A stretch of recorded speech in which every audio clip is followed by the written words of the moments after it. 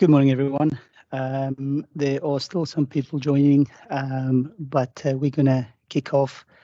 First of all, I just want to say welcome to the webinar. I'm Andries Beekes, Global Actuarial Partner at MBE, and it's a great pleasure to see so many people on the call today. Judging by the numbers of attendees, this is clearly a hot topic, and to be honest, I'm not surprised. I think the insurance industry is undergoing a significant change at the moment, and with the actuarial function being an integral part of insurance companies, we all have a critical role to play in this ongoing change. At MBE, we've been fortunate enough to support many insurance firms globally with their modernization journey, and our involvement in these projects have helped us over the years to gain a deep industry-wide understanding of what is driving the efficiencies within companies and what they can do to modernize and ultimately improve the performance of their actuarial function. This basically boils down to 6 key factors or performance enablers, as we call them. These are, first of all, people and how companies empower them, and how we manage our talent within companies. We look at the effective design of processes, ensuring methodologies meet both business and regulatory requirements. Also very important, the design of actuarial capital and other financial models, actuarial systems, and data solutions. Now, over the last 3 years, we had more than 400 actuaries that have participated in our annual APM assessment, which help us to identify which of these enablers are underperforming and where the industry should focus its resources to improve the efficiency. Now, these results, just gone on screen, should not be a surprise. Data solutions and systems being our biggest source of inefficiencies within the market at the moment. The ability of companies' data solution to accelerate the performance of their actuarial function scored the lowest at 3.4. And we've analysed this a bit further. And this is mainly due to the lack of automated data solutions. And hence why we're having the call on Power Query today. Actuarial systems as a whole, the ability of that to enable a well-designed process only scored a slightly higher at 3.6. Now, for me, this is probably the most shocking finding, is that only 5% of the actuaries that have participated in the assessment strongly believe that their current actuarial systems are actually accelerating the performance of the actuarial function. Furthermore, it is estimated that better integration of systems could potentially release more than 10% of capacity within the actuarial teams, and a further 10% can be released by automating your data control processes, which are currently executed manually within the actuarial function. Now, for too long, companies have tried, and in my view, with very little success, to get rid of Excel. The flexibility offered by Excel and the flexibility required by actuarial processes is still what many actuaries will call a match made in heaven. And therefore, the stark reality is that the day we will see the last Excel spreadsheet being archived is not going to be anytime soon. But until then, we as actuaries need to learn to develop spreadsheets in such a way that it enable our processes through automation, improve the transparency, and most important, reduce the operational risk. Power Query is one of those tools that will make it easy for us to do so. It's a robust tool. It's been around for many years. And whether we want to use it as a tactical or a strategic solution, Power Query do have the ability to act as a catalyst for that much needed evolution of the actuarial function. Now, with that, I'm going to hand over to Christo. Christo is a partner at MBE and a thought leader in the actuarial solution space. And he will tell you all about how you can use Power Query to unleash the power and performance of your actuarial function. During the presentation, there will be some polls that will take, so I would like to encourage you to participate in those. Also, if you have any questions, can you please pop these in the Q&A section? You will see there's a Q&A tab on the Teams ribbon, so if you just pop it in there. And we will endeavour to answer all of these questions at the end of the session, but if we run out of time, we will respond to those questions via email to each of the individuals. And with that, Christo, over to you. Thanks, Andries, and hi everyone. Thank you for joining. It's great to see so many people interested in this topic. The aim of the webinar today will be to show how Excel processes can be improved using Power Query. I'll introduce Power Query very briefly. However, we won't have time to go through Power Query step by step as we would do in a training session. So there will be some parts of the content that assumes prior knowledge, and although you may not be familiar with the details of the tool, the concepts are generic enough that anyone with knowledge and experience of Excel or other tools should be able to follow it. But I'll point out where this occurs, and you will see when that comes up. So just in terms of the agenda for today, I'll start by just reiterating the reasons for talking Excel, as Andrew's introduced already. We'll then go through a common business problem, which is the consolidation of reported numbers, using that as a basis for showing how Power Query can be used to reimagine data flows and replace some of those Excel sources. We'll then also dive into how we can improve adjustment processes, and then look at data flow checks and audits that can be added to your processes, and hopefully get to the question section at the end, as Andrew's mentioned there. So Excel is a great tool. It gives you complete freedom to take on any tabular data problem imaginable. And if you couple that with the excellent skills of professional disciplines such as actuaries, you get incredible inventions such as this gem. If I remember correctly, I think the workbook I took this from was named valuation period dash some business unit name some dash some reporting business name version 08 rebasing version 2.9. Oh yes, and yeah, by the way, it was about 300 megabytes in size, so a little bit worried about the storage costs of that organization. But yeah, I see some reactions coming up. Give me some input. Have you built some of these formulas yourself? Have you? I know Mr. Bierkus over here has definitely been a culprit in some of these inside MBE. I think looking at this formula, I think there's something that's actually missing. It should be something like, if chief actuary agrees, then use the numbers from the sources. Otherwise, find the chief actuary's number instead. But let's move on. Let's move on swiftly. Sorry to any chief actuaries listening. So the reasons for talking Excel, in our view, it's an incredibly versatile tool. And as Andrew's alluded to, we believe it's probably going to remain in business processes. And the reasons are clear. So it's flexible.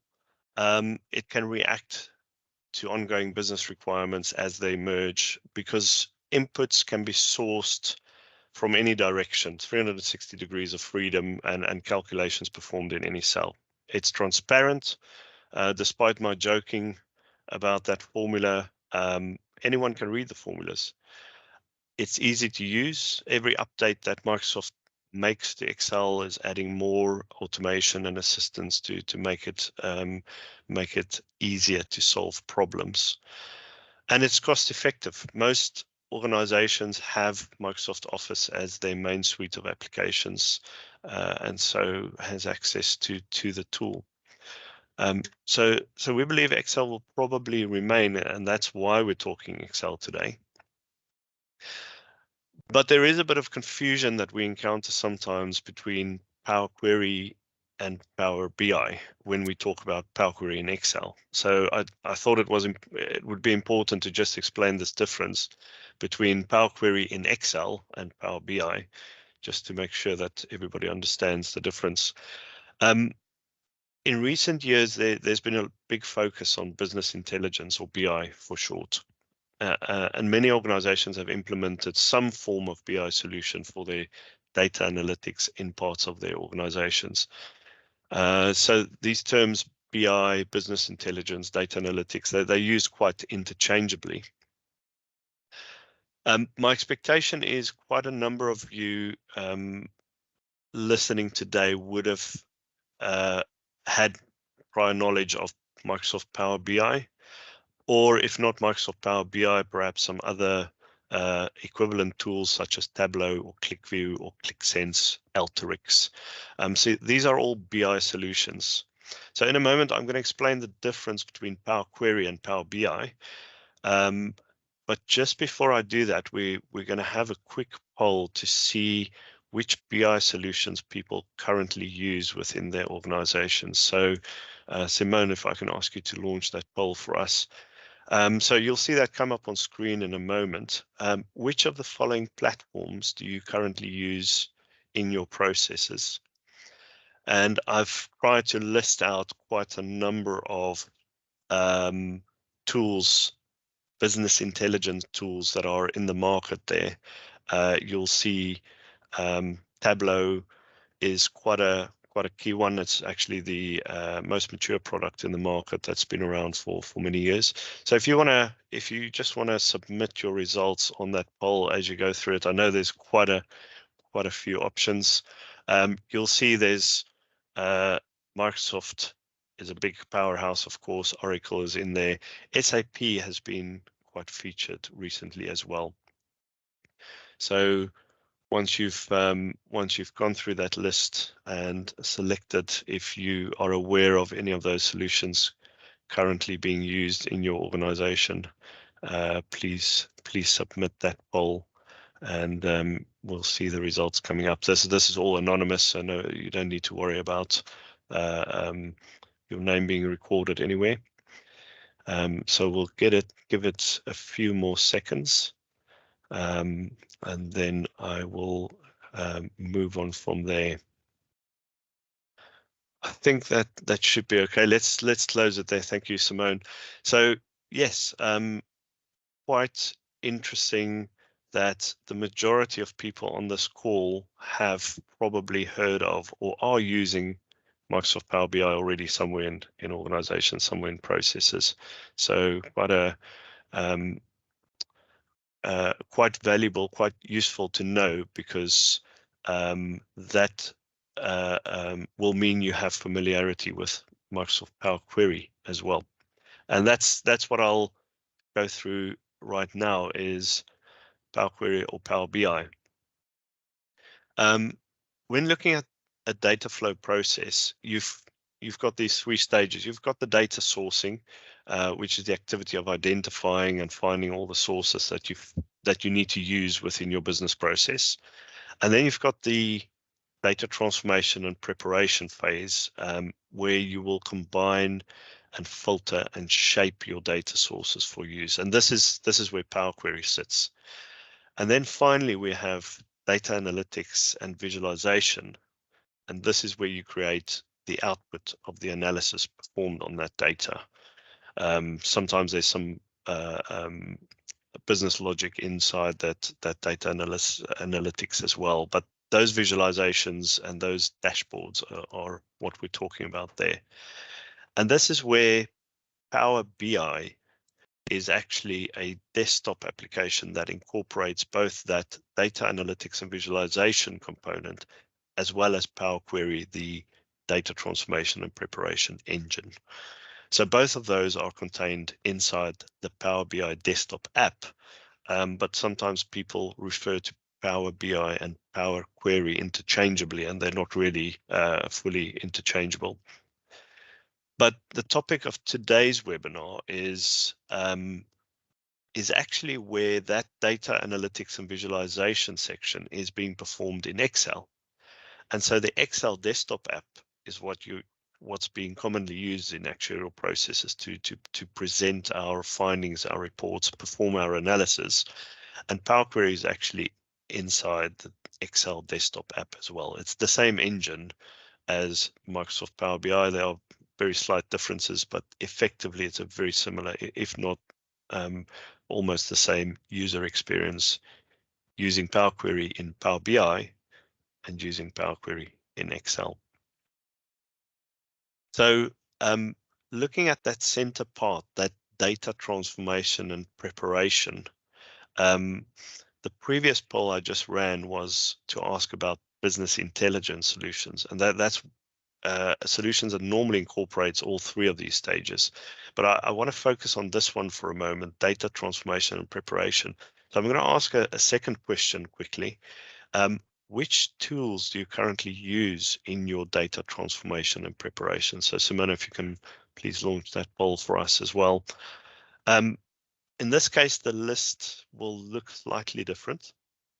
And in this case, I'm including Power Query and Excel as one of those options. You will see further down the list, Power Query and Power BI is also an option because we have found organizations that use Power Query, even though it's Power BI, they use Power Query for data transformations as part of Power BI. So quite a few different tools on the list there that you will find. If you're not familiar with any of these and you do use Excel and Excel VBA, then those are fine. Microsoft Access quite commonly used as well. We have come across SQL Server quite a lot in recent times. And of course, there's the newer technologies such as Python, R, and Julia. And then we shouldn't forget in the actuarial world, of course, the actuarial platform vendors and their tools that go as well. But be quite interesting if you can submit your responses there to see what people actually use within their data transformation. So I'm going to give it 5 more seconds and then we will close the poll. Okay, thanks, Simone. I think we can close it there. Thank you very much for filling that in. And by the way, you'll see that you can refer back to the results. They will appear in the chat section of your Teams. But yeah, in line with the topic of today's webinar, Excel formulas used quite extensively for data transformations. Excel VBA, a short step behind it. I expected SQL Server to be used quite a bit, so definitely that up there. And then a few people do use Power Query and Power BI as well. I'm very glad to see that there are people using Power Query already. So I hope today would still give you some insights that may be of use. Right, so for those listening that are not familiar with Power Query, you may not realize it, but you've probably seen it already inside Excel under the data ribbon.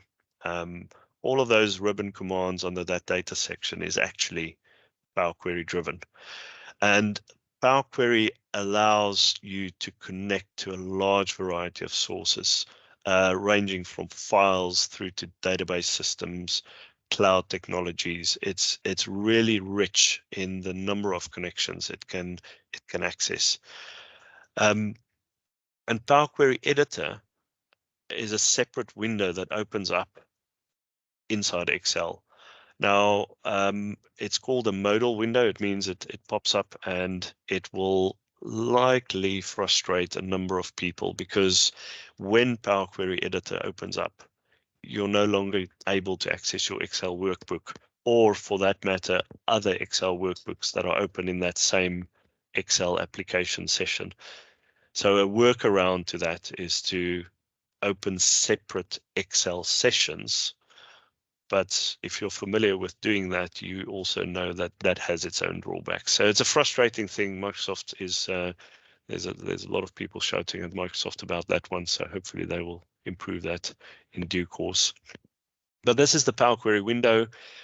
You can transform and prepare your data sets by filtering, remapping, and sorting data, just as you did with your Excel formulas or with VBA code. So on the left-hand side, you have queries. Those are like your data tables that you create. And then in the center, you've got your preview section where it shows you the first 1,000 records of any query that you're looking at or working with. At the top, we've got a rich set of ribbon commands. So these are transformations and calculations that can be performed on that data set. And on the right-hand side, as you use those transformation commands on the ribbon, Power Query will build up step by step each transformation that you perform. And that's very powerful because you can then select any step to see what your data looks like up to that specific step. Now, all of this is supported behind the scenes by powerful language called Power Query M. And that has further benefits that you don't only need to use the point and click commands, but you can also then see the formula that's created and extend it or enhance it. So a very powerful, powerful engine that's included in Excel. And after you've transformed and prepared your data, those results can then be loaded back into your Excel workbook. And you'll see this example here. They just get created as Excel tables, and they can be pasted multiple tables on a single sheet. There's some pitfalls with that, but we won't go into the detail of that. But the Excel data, once prepared in Power Query, is usable in Excel formulas and other processes exactly as your normal Excel data is used.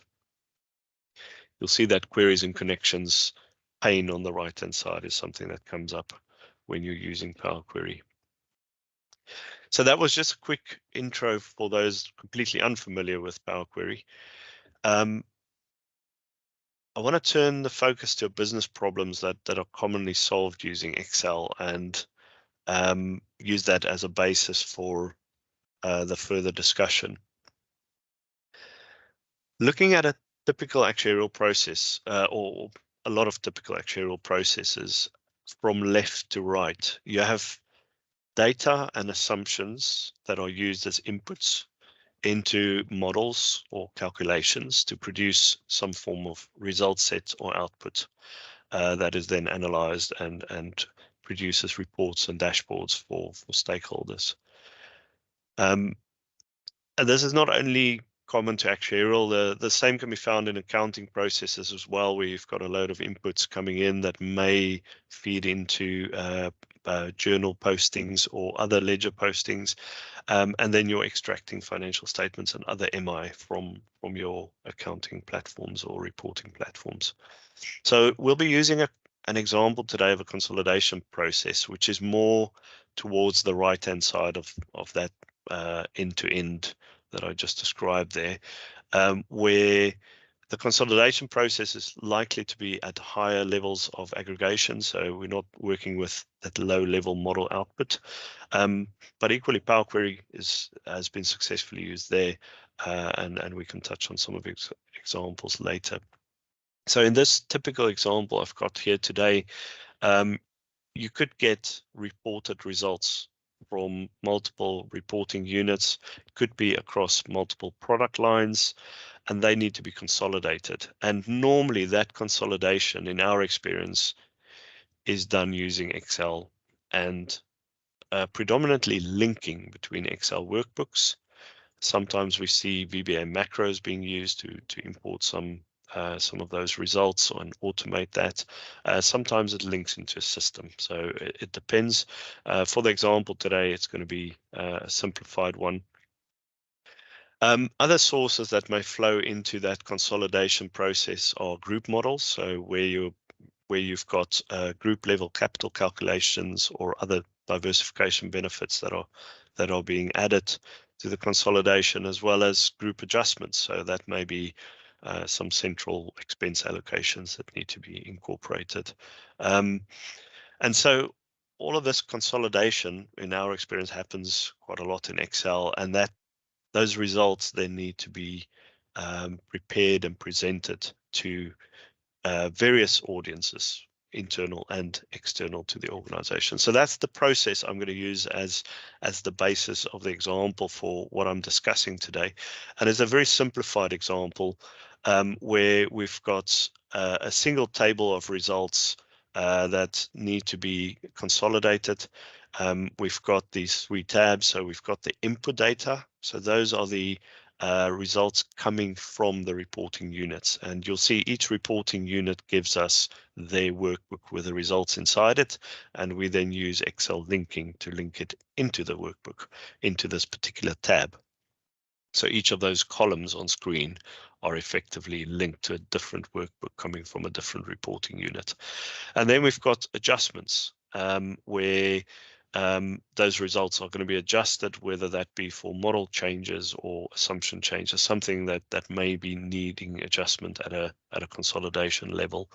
And those could be manual entries into this adjustment sheet, or they could be linked entries as per that example that I've got there, where we're linking some number in from an assumption change workbook from the modeling team. And then we've got the final results, which is basically just the consolidation of the two. The inputs from the reporting units plus the adjustments gives us this final reported number. So it is a very simple example that I'm using, but I trust a lot of people will be familiar with this scenario where you start your valuation period with a nice clean copy of the previous period, and it's all labeled as version 1, and everything is very nice and clean. And within the space of days and maybe sometimes even hours, it ends up just spiraling out of control. We have multiple sources coming from multiple locations with different naming conventions, and it just, yeah, I can see a thumbs up there. It just spirals out of control quite rapidly. And this is reality. This is unfortunately the reality of business processes, and it's not unique to actuarial processes. Most file and folder based environments look like this. So what I'm going to try and use this simple example today to show you a few of the benefits of Power Query. So we'll first start by replacing a single Excel workbook. So for example, this assumption changes being linked into our consolidation workbook. And then we're going to touch on an interesting one where we're actually replacing all of these reporting units workbooks and seeing how we can consolidate those into our consolidation workbook using Power Query. We'll look at how we can improve the adjustment process and then add some auditability checks as well. So starting with that single Excel source. As I said, we're going to just use a simplified example. We've got assumption changes, a workbook coming from external being linked into a single cell. Luckily, we've got a cell note there that tells us something about that adjustment, but not much, to be honest. So how will we go about this? Power Query is very quick to use the data ribbon to just go and fetch a workbook, get data from file from Excel workbook. It shows you the workbook and its sheets and tables inside the workbook. My example is not great, with sheet 1 being the only sheet in there. And once you load it, that's it.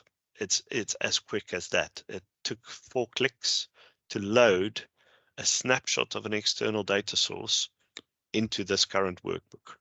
It's a read-only connection, so it's not going to change anything on that assumptions changes workbook. And I've got a snapshot of what is going on inside that workbook available in my consolidation process. I can improve it locally without, as I said, without changing the other workbook. I can rename my sheet. I can rename my query. They typically, when I load them, they take the name of the source, but you can name it something else for your purposes inside the consolidation process. And if we then look at that Excel link that was used before to link into the external workbook in that individual cell for mortality and morbidity. What we're going to do now is just replace that with a link locally inside our workbook. So we're just going to update the formula to no longer go to an external workbook, but just go to the other sheet in our local workbook. So it's as simple as that. That took 30 seconds to do, and already we have the ability to reduce the dependency on Excel links and some of the challenges that it brings. And we'll go through some of those benefits in a moment. So it is a very simple example. You will see as we continue with the session why I chose this simple example as we go through it. Now, just a couple of quick tips, even on that simple example.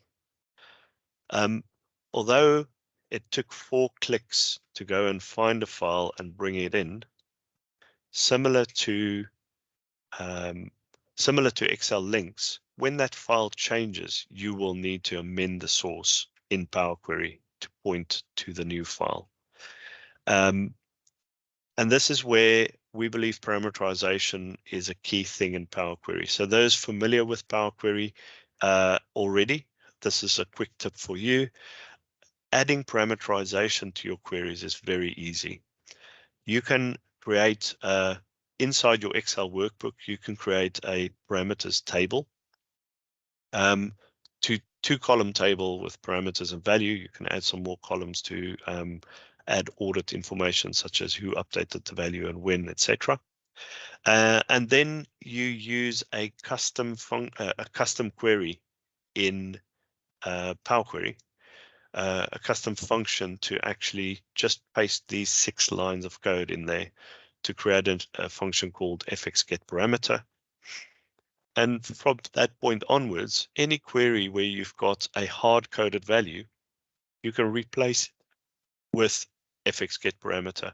So in our example, where we have fxGetParameter, it would have been hard-coded to my file and folder. But now it's a user input, so the end user can actually update the front sheet, click refresh, and they don't need to open up Power Query to update the source. Another tip is to always add a refreshed date timestamp to all your source data, to all your queries that you intend to load into Excel. And this is done very easily in Power Query using the add custom column. And the function that you use is datetime.localNow, and that will basically timestamp your data set whenever it is refreshed and display that timestamp in your in Excel for you. Again, I'll highlight the benefits of doing that a bit later in the session. So just going through multiple data sources. As I said, we've got the reporting unit results coming in as individual workbooks, and they are then linked into our results input sheet. And you can see in the Excel links, there's a load of different workbooks, all the different reporting units are currently sitting at NICE version 1, but they will need to change as the process goes. And this is where Power Query really is as a fantastic feature. Get data from folder. So effectively, you can just browse for a folder. It will list out all the files in that folder, and you use the command combine and transform those files. What Power Query will do is it will present you with the contents of the first file in that folder, and you can then instruct Power Query to say, yes, my workbooks look like this. Choose the reported results sheet, choose the data table. We're going to skip the files with errors, but when you do that, do ensure that your process is designed to handle errors, because we skip files with errors because we don't want to block our business process, but equally we have to design the process to be able to cope with errors. So this is what Power Query presents you with. One comment here just to look out for is when you use this combine this from folder function in Power Query, and when you select Excel workbooks, you can only select either one sheet or one table at a time. So if you have a folder of Excel workbooks and you actually want to source more than one sheet or more than one piece of information from all of those workbooks, you will need to repeat this process for every one of those that you need to do. But after doing those 4, 5, 6 clicks that I just showed on screen there, it automatically creates a new table that contains all of the data from all of the reporting units in one table. It adds this source name column, and in the source name column we can see all the files that were automatically combined with 6 clicks. And what we can do now is, although that data initially is quite raw, meaning it appends every data set underneath each other, just a few further clicks in Power Query can get it into our the same format that we had in our reporting results input table, where we've got the reporting item down the left-hand side and the business segments each in its own column. So that consolidation process can be done using 6, 7 clicks to get to this, to get all the data into your process without using Excel links. Now, another couple of tips here. In Power Query, the best practice is to filter early and sort late. What we mean by that is you want to apply filters to filter out in your data sets. In this example, we want to filter out the files that we don't need as early as possible in the process. So on the right-hand side in the applied steps, your first step is also always labeled source. So that's why I say close to your source step. But you can use a filter to filter your files, or you can use a filter to filter your folder path. And that will be very useful, for example, when you've got archived folders and you don't want to include those archived files, because Power Query will automatically scan all the subfolders if you use that get data from folder feature. So the benefits here, Power Query is easy to update. It adds increased transparency because you've got full access to the data in your current workbook. You've got the last refresh date always visible, and it gives increased flexibility because that integration and automation is as easy as point and click. That was a couple of very simple examples. I'm going to rapidly go through the last 2 sections. When we're talking about adjustments, manual adjustments is part of every Excel process. And in our experience, they are normally very difficult to trace, like in our example here as well. Even when we see improved ways of doing it, like the right-hand side table, you may have the manual adjustments clearly described, and then you use VLOOKUP or index match to then add those manual adjustments into your process. The issue with that is the formulas still don't tell you if it's the right manual adjustment in the right place. And this is where Power Query adds a lot of value. You can use the get data from table or range to get your adjustments into Power Query, and then you can merge it with your data. So this is once again for the people already familiar with Power Query. This is the merge queries page. And once you've merged your data, you can actually apply the adjustments to your raw input results. Now, that little warning triangle there, just for those using merge queries, make sure that you always have unique records on one side of your merge. Otherwise, you will get duplication of your data. So as I say, once you've merged your base data plus your adjustments, it's a very basic, the same calculation that we saw in the simplified example. So base data plus adjustment gives you your final result. You can do that in Power Query as well, and you've recreated that process. And just a final topic we'll cover today is on data flow checks and audits.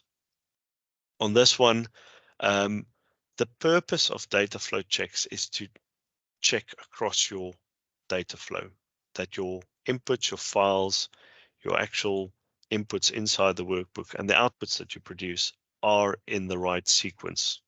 And somebody can come along and see if it's in the right sequence, like an auditor, for example. So that's why I say always put the source refresh date timestamp to all your inputs. Always put an output refreshed date timestamp to all your outputs. And Power Query will refresh these whenever you instruct it to refresh that particular query or that particular source. And then that very powerful get data from folder command, that gives you access to the date modified information of your external sources. So if you have external files, that's where you get the file date timestamp for. And then it's very easy to then create an audit check that says my input files were last updated on this date and time compared to when I had the sources imported into my workbook compared to when I actually produced some useful output. And as you can see from my example, my manual adjustments are out of sync. I actually refreshed that source and I didn't refresh my final reporting results again. That's just this example. You can actually design your process and use Power Query to always sync in the right order. And you can also design a process where auditors can come along 3 months later and not touch your process, but actually use an external Power Query to read these type of date timestamps. So I trust that has given you a small insight into some of the ways Power Query can improve the quality of your process. And the whole point is to release your valuable time so that you can rather spend time on analysis and value add rather than answering auditor questions. So I realize I've run a little bit late, but Andres, I'm going to hand back to you if that's okay.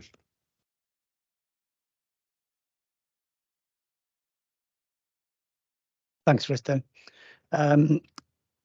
Just, Chris, a question for you. We've got one question that came in from the audiences, and that is, what is the capacity of Power Query and when does it start to slow down? I don't know if you could just quickly spend some time on that.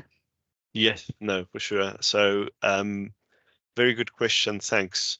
In terms of loading data into Excel, when you perform the load into Excel, the Excel limitation of 1 million records still applies, but you don't need to load data into Excel. When you're talking about the Power Query engine and its ability to process data, it can actually handle large volumes of records, but it will then depend on the specification of your machine on which you're running that process.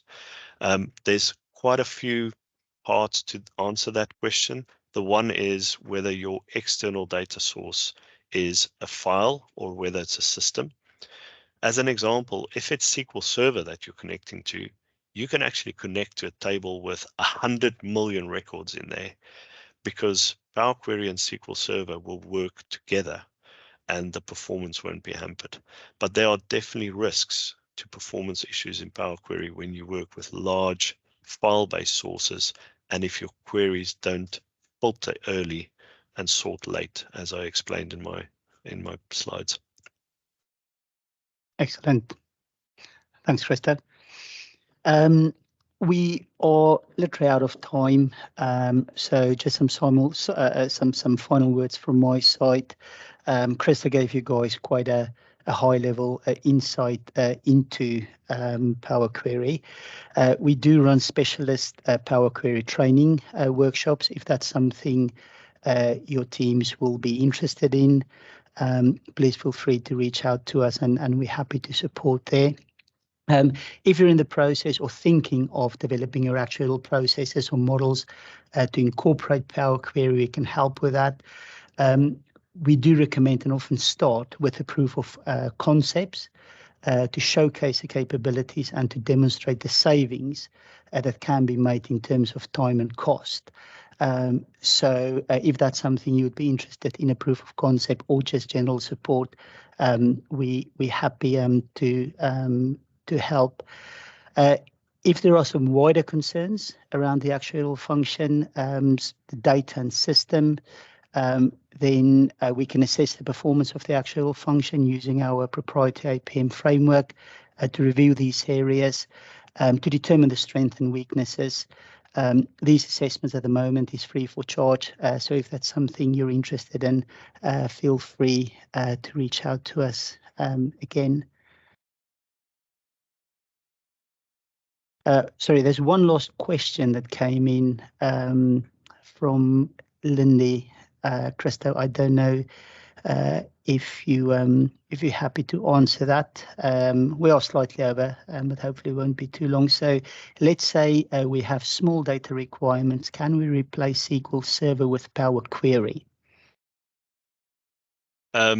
Lindy, that could be possible, yes. I think it does depend on the data sets, but we've actually very recently done a proof of concept where we supported a team to show how their SQL Server process can be replaced with Power Query, because sometimes SQL Server is not the right solution for the data problem at hand.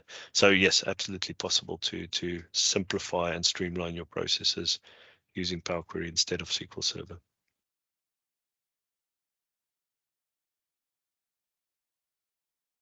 Thanks, Christo.